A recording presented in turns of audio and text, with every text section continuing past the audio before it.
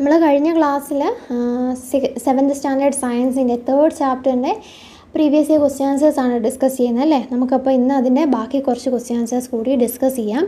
അപ്പോൾ അതിന് മുന്നേയായിട്ട് എല്ലാവരും ചാനലൊന്ന് സബ്സ്ക്രൈബ് ചെയ്ത് വീഡിയോ ലൈക്ക് ചെയ്ത് ഫ്രണ്ട്സുമായിട്ട് ഷെയർ ചെയ്യുക. പിന്നെ നിങ്ങൾക്ക് പൊളിറ്റിക്സിൻ്റെയും ജോഗ്രഫിയുടെയും ഹിസ്റ്ററിയുടെയും മലയാളത്തിൻ്റെയൊക്കെ ക്ലാസ് അറ്റൻഡ് ചെയ്യാനായിട്ട് കുഞ്ഞീസ് ക്ലാസ് എന്ന് പറയുന്ന യൂട്യൂബ് ചാനൽ കൂടി സബ്സ്ക്രൈബ് ചെയ്ത് വീഡിയോസൊക്കെ കാണുക. കുഞ്ഞീസ് ക്ലാസ്സിൻ്റെ ലിങ്ക് താഴെ ഡിസ്ക്രിപ്ഷൻ ബോക്സ് ഉണ്ട്. അപ്പോൾ ഡയറക്റ്റായിട്ട് ആ ലിങ്കിൽ ക്ലിക്ക് ചെയ്യുക, ചാനലിലേക്ക് വരിക, സബ്സ്ക്രൈബ് ചെയ്യുക, നിങ്ങൾക്ക് ആവശ്യമായിട്ടുള്ള വീഡിയോസൊക്കെ കാണുക. Question number 24. From what type of health problems the workers suffered while working in a wool industry? ഒരു വൂൾ ഇൻഡസ്ട്രിയിൽ വർക്ക് ചെയ്യുന്ന ആൾക്കാർ ഏത് ഹെൽത്ത് പ്രോബ്ലമിൽ നിന്നാണ് സഫർ ചെയ്യുന്നതെന്ന്. People working in the wool industry sometimes get infected by a bacterium called anthrax during the sorting the fleece of sheep into fibers of different qualities. It leads to a fatal blood disease called Soter's disease. അപ്പോൾ നമ്മളിത് already discuss ചെയ്തതാണ് അല്ലേ, sorters disease. ഇതൊരു occupational ഹസാർഡാണ്. Wool ഇൻഡസ്ട്രിയിൽ ജോലി ചെയ്യുന്ന സോട്ടേഴ്സിനാണ് ഈ ഒരു ഇൻഫെക്ഷൻ ഉണ്ടാകുന്നത്. അതായത് ആന്ത്രാക്സ് എന്ന് പറയുന്ന ഒരു ബാക്ടീരിയയിൽ നിന്നാണ് ഇവർക്ക് ഈ ഇൻഫെക്ഷൻ ലഭിക്കുന്നത്. ഈ ഷീപ്പ് ഫൈബേഴ്സിനെ, അതായത് ഷീപ്പിൻ്റെ ഫ്ലീസിൽ നിന്ന് ഫൈബേഴ്സിനെ ഓരോരോ ക്വാളിറ്റി ആയിട്ട് സെപ്പറേറ്റ് ചെയ്യുന്ന ആ ഒരു ടൈമിലാണ് ഈ ഒരു ഡിസീസ് ഇവർക്ക് വരുന്നത്. Question number 25. Write the different types of fibres that form the hair of sheep. അപ്പം ഡിഫറെൻറ്റ് ടൈപ്സ് ഓഫ് ഫൈബേഴ്സ്, ഷീപ്പിൻ്റെ ഹെയറിൽ നിന്ന് അല്ലെങ്കിൽ ഹെയറിൽ നിന്ന് എടുക്കുന്ന ഡിഫറെൻറ്റ് ടൈപ്സ് ഓഫ് ഫൈബേഴ്സ് ഏതൊക്കെയാണ്? There are following two types of fibers that form the hair to the sheep. The coarse braid hair, fine soft under hair close to the skin. അപ്പോൾ രണ്ട് type ഹെയറിൽ നിന്നാണ് നമ്മൾ ഈ different ഫൈബേഴ്സൊക്കെ എടുക്കുന്നത്. അതായത് course braid hair അല്ലെങ്കിൽ fine soft under hair. ഈ രണ്ട് വെറൈറ്റിയാണുള്ളത്. Question number 26. Write the name of the animal from which wool for pashmina shawls is obtained. Pashmina shawls നിർമ്മിക്കാൻ വേണ്ട വൂള് ഏത് ആനിമലിൽ നിന്നാണ് കിട്ടുന്നത്? Kashmiri goats. Question number 27. Name the goats which are found in Tibet and Ladakh. ഇപ്പം ടിബറ്റിലും ലഡാക്കിലും കണ്ടുവരുന്ന goats എന്ന് പറയുന്നത് അങ്കോറ ഗോഡ്സ് ആണ്. In Tibet and Ladakh Angora goats are found. Question number 28. Name the most common silk moth. What are the characteristics of silk fibers obtained from the cocoons of this silk moth? അപ്പം common ആയിട്ട് കണ്ടുവരുന്ന silk moth എന്താണ്? ആ കൊക്കൂണിൽ നിന്ന് ലഭിക്കുന്ന silk ഫൈബറിൻ്റെ characteristic എന്താണ്? The most common silk moth is the mulberry silk moth. The silk obtained from the cocoons of mulberry silk moth is called mulberry silk. Mulberry silk is soft, lustrous and elastic and can be dyed in different colours.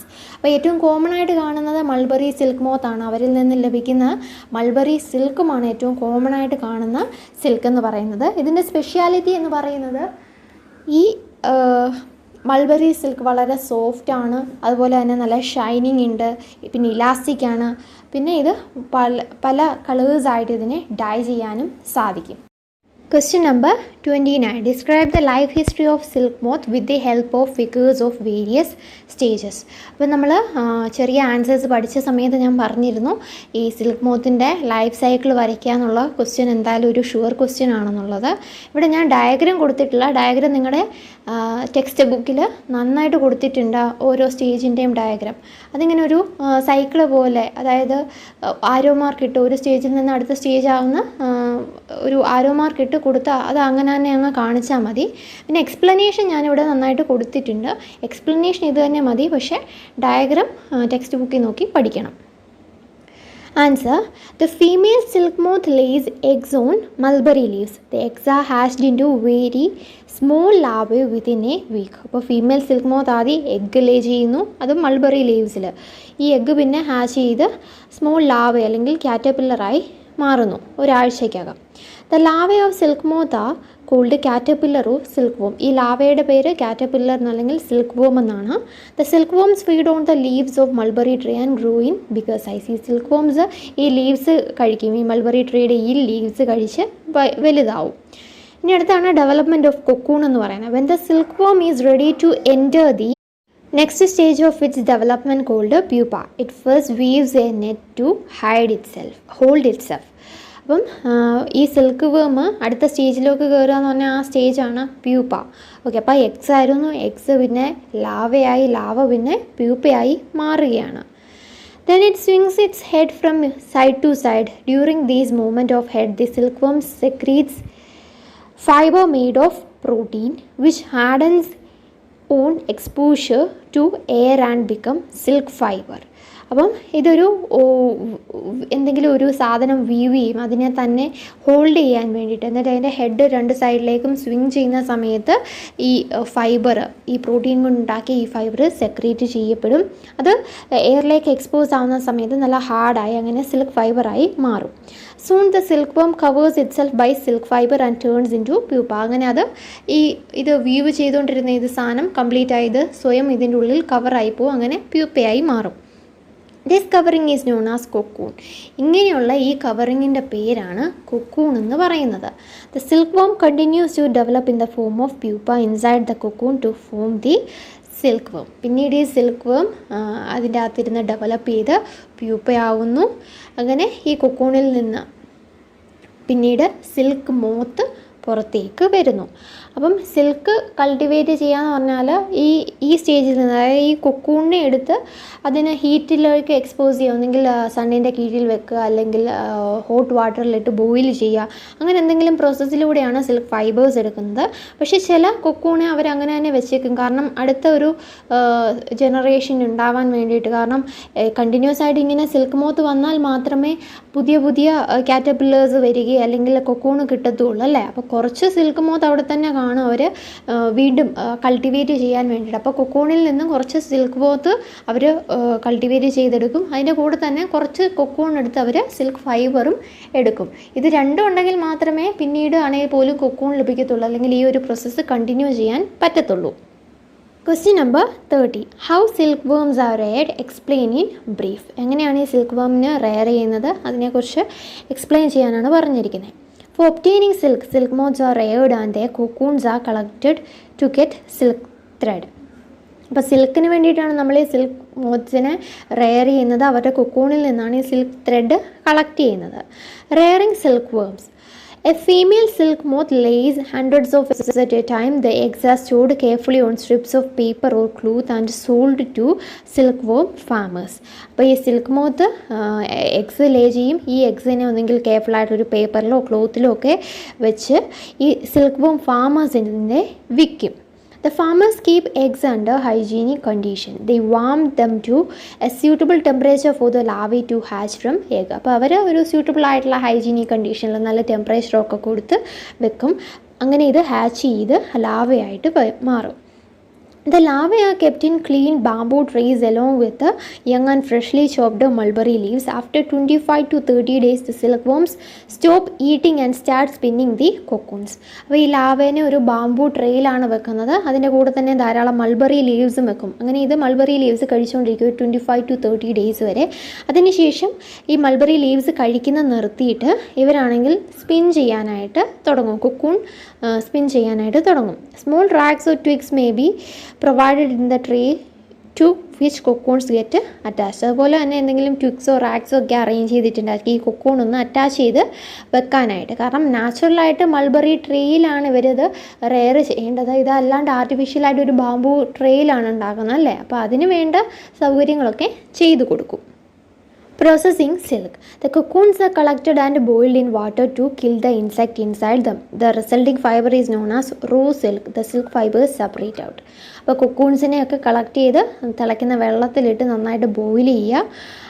ആ സമയത്ത് ഇതിൻ്റെ ഉള്ളിലുള്ള ഈ pupa മരിച്ചു പോകും അല്ലേ. പിന്നീട് അതിൽ നിന്ന് ലഭിക്കുന്ന ഈ കൊക്കൂണിനെയാണ് സിൽക്ക് എന്ന് പറയുന്നത്, അല്ലെങ്കിൽ ആ ഒരു സിൽക്ക് ഫൈബർ എന്ന് പറയുന്നത്. പിന്നീട് അതിൽ നിന്ന് ഈ സിൽക്ക് ഫൈബറിനെ സെപ്പറേറ്റ് ചെയ്യാം. Reeling the silk. The process of taking out fibers from the cocoon for use as silk is known as reeling the silk. Reeling is done in special machines. Silk fibers are spun into silk threads which are woven into silk cloth by weavers. അപ്പം ഈ silk ഫൈബേഴ്സിനെ കൊക്കൂണിൽ നിന്നെടുക്കുന്ന ആ ഒരു പ്രോസസ്സിനെയാണ് reeling എന്ന് പറയുന്നത്. Special machine കൊണ്ടാണിത് ചെയ്യുന്നത്. പിന്നീട് ഈ silk ഫൈബേഴ്സിനെ ത്രെഡാക്കി മാറ്റുന്നു. പിന്നെ ത്രെഡിനെ നല്ല സിൽക്ക് ക്ലോത്താക്കി മാറ്റുന്നു. അപ്പോൾ ഇതാണ് ഈ സിൽക്കിൻ്റെ അല്ലെങ്കിൽ സിൽക്ക് വേംസിനെ എന്തിനാണ് റെയർ ചെയ്യുന്നതെന്ന് ചോദിച്ചാലും അല്ലെങ്കിൽ എങ്ങനെയാണ് സിൽക്ക് ഉൽപ്പാദിപ്പിക്കുന്നതെന്ന് ചോദിച്ചാലും ഇതേ ആൻസർ തന്നെയാണ് എഴുതേണ്ടത്. ഇതും 5 മാർക്കിന് ചോദിക്കാൻ ചാൻസ് ഉള്ള ഒരുപാട് വർഷങ്ങളിൽ കണ്ടു വന്നിട്ടുള്ള ഒരു ക്വസ്റ്റ്യൻ ആണ്. Question number 31. Write various steps for processing fibres into wool. അപ്പം ഫൈബറിനെ വൂളാക്കുന്ന ആ ഒരു പ്രോസസ്സിൽ വരുന്ന നമുക്കറിയാം കുറേ സ്റ്റെപ്സ് ഉണ്ടെന്നല്ലേ, ആ സ്റ്റെപ്സൊക്കെ കൂടി ഒന്ന് എക്സ്പ്ലെയിൻ ചെയ്യാനാണ് ഇവിടെ പറഞ്ഞിരിക്കുന്നത്. ഇതും വളരെ ഇമ്പോർട്ടൻ്റ് ആയിട്ടുള്ളൊരു ക്വസ്റ്റ്യൻ ആണ്, 5 മാർക്കിന് ചോദിക്കാൻ ചാൻസ് ഉണ്ട്. ഞാൻ നന്നായിട്ട് ഡീറ്റെയിൽ ആയിട്ട് എക്സ്പ്ലെയിൻ ചെയ്താണ് ഇവിടെ കൊടുത്തിരിക്കുന്നത്. നിങ്ങൾക്ക് ഇത്രയും പഠിക്കാൻ പറ്റത്തില്ലെങ്കിൽ അത്യാവശ്യം ഇമ്പോർട്ടൻ്റ് ആയിട്ടുള്ള പോയിൻറ്റ്സ് മാത്രം ഓർത്ത് വെക്കുന്ന പോലെ ഒന്ന് പഠിച്ചു വെക്കുക. ഓക്കെ, ഇതിപ്പോൾ ഒരുപാടുണ്ട് ഈ ആൻസർ, അതുകൊണ്ട് നിങ്ങൾ ജസ്റ്റ് പോയിൻ്റ് മാത്രം ഒന്ന് ഓർത്ത് വെക്കുക. കാരണം ഇത്രയും നമുക്ക് പഠിച്ച് ഇൻ കേസ് ഇനിയിപ്പോൾ പഠിച്ചാൽ തന്നെ എഴുതാനായിട്ടുള്ള ടൈം നമുക്ക് ലഭിക്കില്ല അല്ലേ. അപ്പോൾ അതുകൊണ്ട് അത്യാവശ്യം കുറച്ച് പോയിൻറ്റ്സ് ഓർത്ത് വെക്കുക. എന്നാലും സ്റ്റെപ്പ് ഒന്നും വിടാണ്ട് സ്റ്റെപ്പ് 1 സ്റ്റെപ്പ് 2 എന്നുള്ള അത് കൃത്യമായിട്ട് കൊടുത്ത് എഴുതുക. Okay, processing of fibers into wool. The wool which is used for knitting sweaters or for weaving shawls is the finished product of long process. Processing of fibers into wool involves the following step. അപ്പം ഈ wool എടുക്കുക എന്ന് പറയുന്ന ഒരു long പ്രോസസ്സാണ്. അതിന് താഴെ പറയുന്ന സ്റ്റെപ്സ് ഉണ്ട്. വേണം നിങ്ങൾക്ക് ഈ സെൻറ്റൻസ് സ്കിപ്പ് ചെയ്യാം, ഡയറക്റ്റായിട്ട് സ്റ്റെപ്പ് 1 എന്ന് പറഞ്ഞ് കൊടുക്കാം കേട്ടോ. Step 1. The fleece of the sheep along with the thin layer of skin is removed from the body. This process is called shearing. The hair of the sheep are shaved off by using a sieving machine similar to that used by barbers. അപ്പോൾ ആദ്യം ഈ ആനിമൽസിൻ്റെ സ്കിന്നും അതുപോലെ തന്നെ ഈ ഫ്ലീസും remove ചെയ്യുന്ന ആ പ്രോസസ്സിനെയാണ് shearing എന്ന് പറയുന്നത്. അതിന് ശേഷം ഒരു ഷേവിംഗ് മെഷീൻ കൊണ്ട് ഈ ഹെയർ റിമൂവ് ചെയ്യുന്നു. Shearing does not hurt the sheep because the uppermost layer of the skin of the sheep is dead. The shearing of sheep is done in hot weather of summer so the sheep may survive without their protective coat of hair. ഈ hair എന്തിനു വേണ്ടിയിട്ടാണ് ഷീപ്പിനുള്ളത്?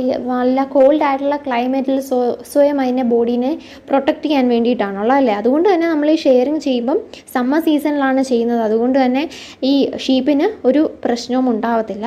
അതുപോലെ തന്നെ നമ്മളൊരു uppermost layer of സ്കിന്നും എടുക്കുന്നു എന്ന് പറഞ്ഞല്ലേ, അത് എടുക്കുന്നതുകൊണ്ടും ഷീപ്പിന് കുഴപ്പമൊന്നുമില്ല. കാരണം അതൊരു ഡെഡ് ലെയറാണ്. അതുകൊണ്ട് അതെടുത്താലും ഷീപ്പിന് വേദനിക്കൊന്നുമില്ല, ഒരു പ്രോബ്ലം ഉണ്ടാവില്ല. The hair of sheep grow again before the onset of winter and protect them in cold weather. The fleece of sheep provides woolen fibers. Woolen fibers are then processed to obtain woolen yarn. അപ്പം ഇത് പിന്നീട് അടുത്ത ഒരു winter season ആകുമ്പോഴത്തേക്കിന് ഈ ഹെയറൊക്കെ പിന്നെയും വളർന്നോളും. ഇതിൽ നിന്നാണ് നമ്മൾ വൂളൻ ഫൈബേഴ്സ് എടുക്കുന്നത്. ഈ വൂളൻ ഫൈബേഴ്സിൽ നിന്നാണ് പിന്നെ വൂളൻ യാൺ ഉണ്ടാക്കുന്നത്. ഓക്കെ, അപ്പം സ്റ്റെപ്പ് 1 പറയുമ്പം നിങ്ങൾക്ക് അത്യാവശ്യം ഷെയറിങ് വരെ അല്ലെങ്കിൽ ഷേവിങ് എന്ന് പറയുന്ന ആ ഒരു സ്റ്റെപ്പ് വരെ പറഞ്ഞാൽ മതി. ബാക്കി കാര്യങ്ങളൊന്നും പറയണം എന്നില്ല. ഞാൻ മനസ്സിലാക്കാൻ വേണ്ടി ജസ്റ്റ് കൊടുത്തിരിക്കുന്നു എന്നേ ഉള്ളൂ. ആ സ്റ്റെപ്പ് 1ൻ്റെ ഫസ്റ്റ് 2 സെൻറ്റൻസ് തന്നെ ധാരാളമാണ്. Step 2. The fleece of sheep contains dust, dirt, dried sweat and grease etc. So the sheared hair of sheep are thoroughly cleaned by washing with a soap and a lot of water in tanks. This process of washing of sheared hair is called scouring. Scouring makes the fleece of sheep clean. The scoured fleece is then dried. Nowadays scouring is done by machines. പിന്നീട് ഈ ഷീപ്പിൻ്റെ ഈ ഹെയറിനെ വൃത്തിയാക്കാൻ വേണ്ടിയിട്ട് scouring എന്ന് പറയുന്ന ഒരു സ്റ്റെപ്പാണ് നമ്മൾ ചെയ്യുന്നത്. സോപ്പും ധാരാളം വെള്ളമൊക്കെ യൂസ് ചെയ്തിട്ടാണ് ഈ സ്റ്റെപ്പ് ചെയ്യുന്നത്. ഇപ്പം ഇത് മെഷീനും കൊണ്ട് ചെയ്യാറുണ്ട്. Step 3. After scouring, sorting is done. The process of separating the fleece of sheep into sections according to the quality of woolen fibers is called sorting. Scouring കഴിഞ്ഞതിന് ശേഷം സോർട്ടിംഗ് ആണ് ചെയ്യുന്നത്. അതായത് അതിൻ്റെ ഓരോരോ ക്വാളിറ്റി അനുസരിച്ച് ഇതിനെ സെപ്പറേറ്റ് ചെയ്യുക. In sorting the hair skin is into factory where hair of different textures are separated or sorted. Every section of wool obtained after sorting contains the same quality wool. The same quality wool obtained are then mixed together. അപ്പം ഇതിനെ ഈ ഒരു step sorting എന്ന് പറയുന്ന ഈ ഒരു step, ഈ ഒരു സെൻറ്റൻസ്, ഫസ്റ്റ് സെൻറ്റൻസ് ധാരാളം മതി നിങ്ങൾ ആൻസർ എഴുതുമ്പം. പിന്നെ ഇതെങ്ങനെയാണ് ഈ സോർട്ടിങ് ചെയ്യുന്നതെന്നുള്ളതാണ് ഞാൻ പിന്നെ അടുത്ത ഒരു 2 സെൻറ്റൻസിൽ ഡീറ്റെയിൽ ആയിട്ട് പറഞ്ഞിരിക്കുന്നത്. അത് എഴുതിയില്ലെങ്കിൽ ആൻസർ എഴുതുമ്പോൾ അത് എഴുതിയില്ലെങ്കിലും കുഴപ്പമില്ല. First sentence after scoring sorting is done. പിന്നെ ഈ പ്രോസസ്സ് സോർട്ടിങ് അതിൻ്റെ ആ ഒരു ഡെഫിനിഷൻ കൂടി ചേർത്ത് ഈ ഫസ്റ്റ് 2 സെൻറ്റൻസ് മാത്രം സ്റ്റെപ്പ് 3യിൽ എഴുതിയാൽ മതി. ബാക്കി ഫാക്ടറിയിലേക്ക് പോകുന്നു, അതിനെ ക്വാളിറ്റി അനുസരിച്ച് തിരിക്കുന്നു എന്നുള്ളത് മെൻഷൻ ചെയ്യേണ്ട കാര്യമില്ല. Okay, Step 4. The small fluffy fibers called burrs are picked out from the hair.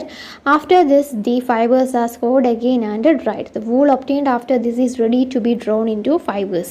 അപ്പോൾ ഇതിൽ നിന്ന് സ്മോൾ ഫ്ലഫി ആയിട്ടുള്ള ഫൈബേഴ്സ്, അതായത് ബേഴ്സ് എന്ന പേരുള്ള ഈ ഫ്ലഫി ഫൈബേഴ്സിനെയൊക്കെ മാറ്റുന്നു. പിന്നീട് ഈ ഫൈബേഴ്സിനെ വീണ്ടും ഇതേപോലെ ക്ലീൻ ചെയ്യുന്നു. പിന്നെ ഇത് ഫൈബേഴ്സ് എടുക്കാൻ വേണ്ടിയിട്ട് ഇതിനെ റെഡിയാക്കി വെക്കുന്നു. അപ്പോൾ ഇതാണ് സ്റ്റെപ്പ് 4. ഇതെന്തായാലും ഫുൾ എഴുതണം കേട്ടോ. 2-3 സെൻറ്റൻസേ ഉള്ളൂ, അതെന്തായാലും ഫുള്ള് വേണ്ടതാണ്. Step 5. The natural fleece or hair of sheep is white, brown or black in color. The white woolen fiber obtained by suiting can be dyed in different colors. അപ്പോൾ step 5 എന്ന് പറയുന്നത് dying ആണ്. അതായത് ഈ ലഭിക്കുന്ന അതിന് സാധാരണ വൈറ്റോ ബ്രൗണോ ബ്ലാക്ക് കളേഴ്സേ കാണത്തുള്ളൂ അല്ലേ. നമുക്ക് വെറൈറ്റി ഓഫ് കളേഴ്സ് എന്തായാലും ആവശ്യമാണ്. അതുകൊണ്ട് ഈ സ്റ്റെപ്പ് 5 എന്ന് പറയുന്നത് ഡൈയിങ് ആണ്. Step 6. The fibers are straightened, combed and rolled into yarn. The long woolen fibers are spun into thick yarn called wool, which is used for knitting, sweaters, etc.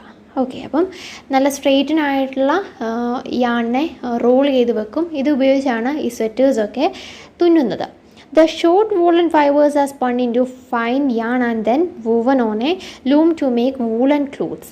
ചെറിയ woollen fibres ആണ്, അത് woollen clothes, അതായത് ഷോളൊക്കെ നിർമ്മിക്കാൻ വേണ്ടിയിട്ട് use ചെയ്യും. Finally, we conclude that the sheep's hair is sheared off from the body, scoured, sorted, dyed, combed and spun to obtain wool and woolen yarn. The quality of woolen cloth depends on the breed of sheep from which wool is obtained. അപ്പോൾ ഈ last paragraph നിങ്ങൾക്ക് വേണേൽ skip ചെയ്യാവുന്നേ ഉള്ളൂ. ഇവിടെ പറയുന്നത് എന്താണെന്ന് വെച്ചാൽ, അപ്പം ഈ ഇത്രയും പ്രോസസ്സ്, അതായത് ഈ 6 സ്റ്റെപ്പുകൾ നമ്മളൊന്ന് നല്ല സീക്വൻസിൽ തന്നെ, അതേ സീക്വൻസിൽ തന്നെ എഴുതുക. അതിനുശേഷം ഇങ്ങനെയാണ് വൂൾ അല്ലെങ്കിൽ വൂളൻ യാൺ ഒബ്റ്റെയിൻ ചെയ്യുന്നത്. പിന്നെ വൂളൻ ക്ലോത്തിൻ്റെ ആ ഒരു ക്വാളിറ്റി ഏത് തരം ഷീപ്പിൽ നിന്നാണോ ഇതെടുക്കുന്നത് അതനുസരിച്ച് വ്യത്യാസമായിരിക്കും.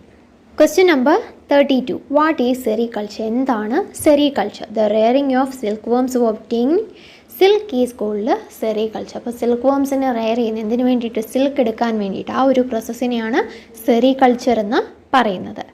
നമ്മുടെ പ്രീവിയസ് ഇയർ ക്വസ്റ്റ്യൻ ആൻസേഴ്സ് ഇവിടെ തീരുകയാണ്. ഒരുപാട് ക്വസ്റ്റ്യൻ ആൻസേഴ്സ് ഉണ്ടായിരുന്നു. എല്ലാം ഇമ്പോർട്ടൻ്റ് ആയിട്ടുള്ള ക്വസ്റ്റ്യൻ ആൻസേഴ്സ് മാത്രമേ ഞാനിവിടെ കൊടുത്തിട്ടുള്ളൂ.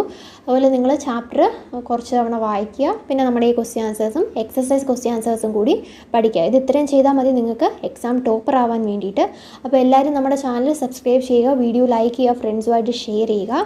പിന്നെ പൊളിറ്റിക്സിൻ്റെയും ഹിസ്റ്ററിയുടെയും ജോഗ്രഫിയുടെയും മലയാളത്തിൻ്റെയും ഒക്കെ ക്ലാസ് അറ്റൻഡ് ചെയ്യാനായിട്ട് കുഞ്ഞീസ് ക്ലാസ് എന്ന് പറയുന്ന യൂട്യൂബ് ചാനൽ കൂടി സബ്സ്ക്രൈബ് ചെയ്ത് വീഡിയോസൊക്കെ കാണുക. കുഞ്ഞീസ് ക്ലാസ്സിൻ്റെ ലിങ്ക് താഴെ ഡിസ്ക്രിപ്ഷൻ ബോക്സിൽ ഇടാം. ഓക്കെ, അപ്പം ഡയറക്റ്റായിട്ട് ആ ലിങ്കിൽ ക്ലിക്ക് ചെയ്യുക, ചാനലിലേക്ക് വരിക, സബ്സ്ക്രൈബ് ചെയ്തുകൊണ്ട് വീഡിയോസൊക്കെ കാണുക.